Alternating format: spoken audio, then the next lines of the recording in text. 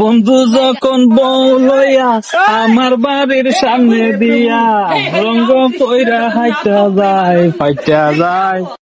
কেডা সাইফুল ভাইয়ের ভূত না? মাল হে ভাই সব গোলমাল হে।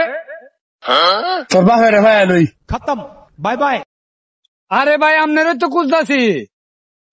কি কইবে নায়েন?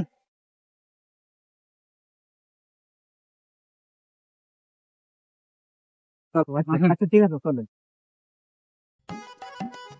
আচ্ছা সাইফুল ভাই, আপনি কাজ করতেছেন, কাজে ডিস্টার্ব করলাম। আসলে আইছিলাম যে এখান আইতে যাইতাছি, তা আপনার ফুটটার দেখি মুরব্বী মানে না, বড় মানে না, ছোট মানে না, গান গাইতে তাই রাস্তাঘাটে, বুঝছেন? কি কোন ভাই? ওখানে বিষয়টা হচ্ছে ইকে শূন্য আপনার ছেলেটারে একটা বিয়ে শাদী করান, বুঝছেন? মান সম্মান বাঁচবো। ঠিকই কইছেন ভাই, কারণ আমিও ভাবতাছি কিছুদিন ধরে পোলা তো বড় হইছে। আজকাল আমার কাছে আরো দু একটা খবর আসছে, আমি কানে লই নাই, কিন্তু আপনি তোমার বিশ্বাস তো লোক, আপনি তো আর মিথ্যা কথা কইবেন না। আচ্ছা ভাই কইছেন, আমার মাথায় আছে। আর তাছাড়া আমি দুইটা মেয়ে দেখছি, দেখলেও আমি হিসাবটা মিলানোর মতো মানুষ পাই না ভাই। যেহেতু আপনি কইছেন আপনার সাথে আমি শেয়ার করব, হ্যাঁ। তবে ভাই যে পরিস্থিতি, কি করবো ভাই, বেসারি তো করাই তৈব ফোলারে। আপনার আমার বেলা দেন তো একটা কথা, আমি যে সময় বিয়া করছি এ সময় 2000 টাকা বড়ি স্বর্ণ ছিল, আর এখানে পরিস্থিতিটা দেখছেন, সবটাই তো বাবা লাগে ভাই, বুঝেন না? ঠিক আছে আপনার কথা, তো করাই ফেলেন দেখতে শুনে, বুঝছেন?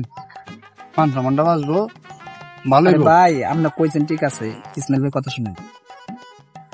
ওখানে পোলান্তরে বিয়ার সাথে করাইবেন যে 2.5 লক্ষ টাকা ভরি স্বর্ণ, 2.5 লক্ষ টাকা ভরি হয়ে গেছে স্বর্ণ। আপনি তো দেশের খবর রাখেন না, টিভির খবরে দেখেন আপনি।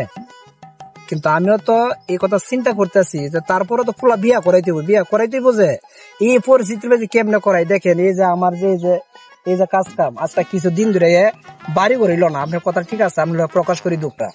এই যে সম্পদ একটু খেয়াল করছে নিব, পরিচর্যা করবো, এইটা মানে কোনো মতে এরা শোনাইতে পারি না। পুকুর কি আপনার?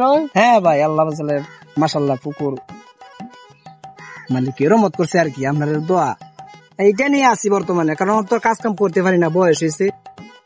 শুনেন সাইফুল ভাই, একটা কথা বলি, বিয়ে শাদী, ঘর বান্ধা, বিদেশ যাওয়া, এগুলাতে বাধা আসবে, কিন্তু এগুলো আল্লাহ তাআলা কেউ ঠেকায় না।